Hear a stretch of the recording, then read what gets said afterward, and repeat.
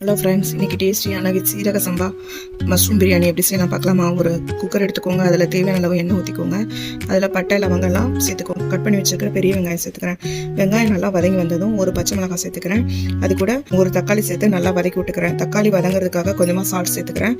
தக்காளி வெங்காயம் வதங்கி வர கேப்பில் ஒரு மிக்ஸி ஜாரில் ஒரு ஸ்பூன் சோம்பு, 4 முந்திரி, ஒரு பச்சை மிளகா, ஒரு துண்டு பட்டை, கிராம்பு சேர்த்து வச்சுக்கிறேன். அது கூட ஒரு 4 சின்ன வெங்காயம், இஞ்சி பூண்டு பேஸ்ட்டு, கொஞ்சமாக மல்லி புதினா சேர்த்து ஒரு பேஸ்ட்டாக அரைச்சி எடுத்துக்கிறேன். அந்த பேஸ்ட்டை சேர்த்து நல்லா அதோட ராஸ்மெல் போகிற வரைக்கும் வெயிட் பண்ணி வதக்கி விட்டு இது கூட கொஞ்சமாக தயிர் சேர்த்துக்கிறேன்.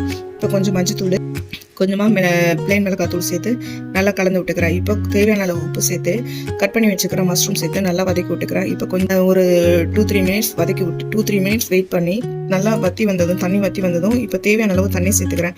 நான் 1.5 கப் சீரக சம்பா ரைஸ் எடுத்துக்கிறேன். அதுக்கு 3 கப் தண்ணி சேர்த்துக்கிறேன்.